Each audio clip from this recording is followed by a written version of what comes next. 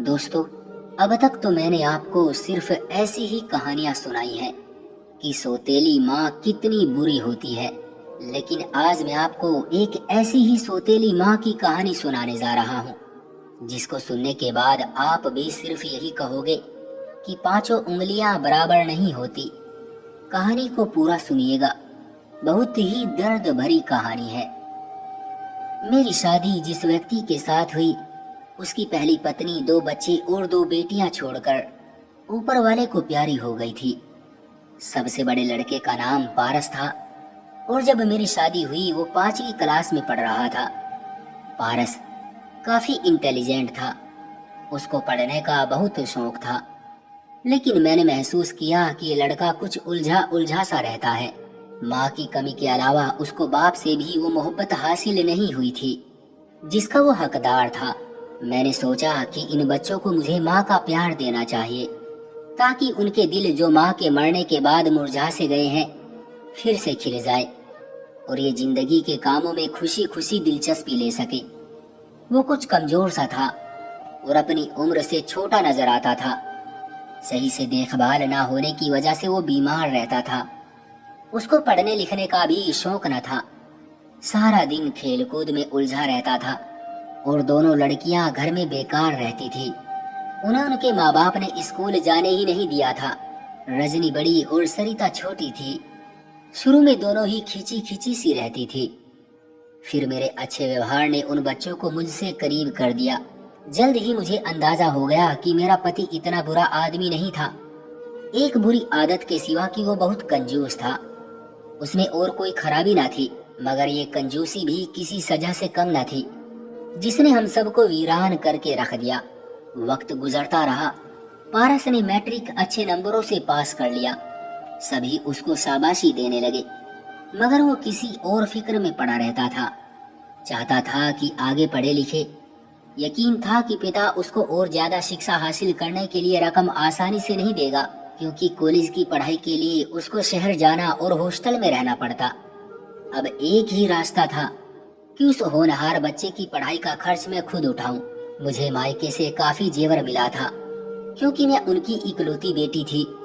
ماں، دادی، نانی اور بوا جی کے سبھی خاندانی زیورات میرے حصے میں آئے تھے۔ سوچا انہیں گروی رکھ دوں تو کافی رقم مل جائے گی، جس سے پارس کی پڑھائی کے خرچ بآسانی نکل آئیں گے۔ اس لیے میں نے اپنے پتی سے روپیوں کے لیے تقاضا کرنے کی بجائے اپنے زیورات گروی رکھ دیے اور رقم حاصل کر لی۔ اب مجھے کوئی فکر نہ رہی، میرے پاس کافی رقم تھی جس سے میں اپنے بیٹے کے پڑھائی کے خرچ برداشت کر سکتی تھی۔ میں نے پارس کو پڑھنے کے لیے شہر بھیج دیا اور اس کا داخلہ ہاسٹل میں کرا دیا۔ 1 سال کا خرچ بھی اسی شہر کے ایک بینک میں اس کے اکاؤنٹ میں جمع کرا دیا تاکہ اس کو بار بار رقم مجھ سے نہ مانگنی پڑے۔ جب پارس نے پڑھائی پوری کر لی تو ہم نے اس کی شادی کر دی۔ اس نے بہت ضد کی کہ میں اپنی پسند سے شادی کروں گا، مگر میرے پتی نے اس کی شادی اپنی مرضی سے کی۔ پارس شادی کے بعد پتنی کو لے کر شہر چلا گیا اور وہیں رہنے لگا، مگر ہر مہینے کچھ رقم ہمیں ضرور بھیج دیا کرتا تھا۔ پارس مجھ سے بہت محبت کرتا تھا اور بہو بھی اچھا سلوک رکھتی تھی، لیکن جب اس کو معلوم ہوا کہ پارس مجھے کچھ رقم علیحدہ سے اس لیے دیتا ہے کہ میں نے اپنے زیور گروی رکھے ہوئے ہیں، تو بہو کو یہ بات پسند نہ آئی اور اس نے کوشش کی کہ پارس کو مجھ سے دور کر دے تاکہ وہ مجھے رقم دینا بند کر دے۔ بہو کی کوششیں رنگ لائی، بیٹا مجھ سے نظریں چرانے لگا، یہاں تک کہ اس نے مجھ سے بات چیت تک کرنی چھوڑ دی اور گھر کے اندر آنا چھوڑ دیا۔ اب وہ کبھی گاؤں آتا تو گھر کے اندر نہ آتا، بلکہ اپنے باپ اور بھائی کو باہر بلا لیتا۔ وہ مجھ سے نہیں ملتا تھا۔ تب سوچتی کہ اگر میں اس کی سگی ماں ہوتی تو کیا وہ پھر بھی ایسا ہی کرتا؟ آخر میں نے سگی ماں بننے میں کوئی کسر نہیں چھوڑی تھی۔ پھر بھی پارس سوتیلا بن گیا۔ ان دنوں میں پارس سے زیادہ رجنیش کی وجہ سے پریشان تھی، جس کے عشق نے ہمیں کہیں منہ دکھانے کے قابل نہ چھوڑا تھا۔ ہر طرف اس کے اور وینا کے چرچے تھے۔ میں نے اپنے پتی سے کہا کہ اب یہ باز آنے والا نہیں ہے، بدنامی سے تو بہتر ہے کہ اس کی شادی وینا سے ہی کر دی جائے۔ خیر، کافی سوچ وچار کے بعد ہم وینا کے ماں باپ کے گھر پہنچے اور ہم نے ان سے رشتہ مانگا، لیکن انہوں نے ہم سے پکے مکان کی شرط رکھی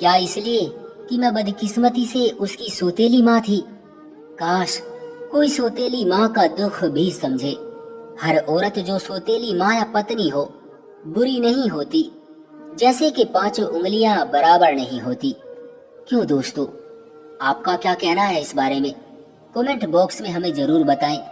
ویڈیو کو لائک کر کے چینل کو سبسکرائب کر لیجئے تاکہ آنے والی ویڈیو آپ کو ترنت ملے۔ مجھے دیجئے اگلی ویڈیو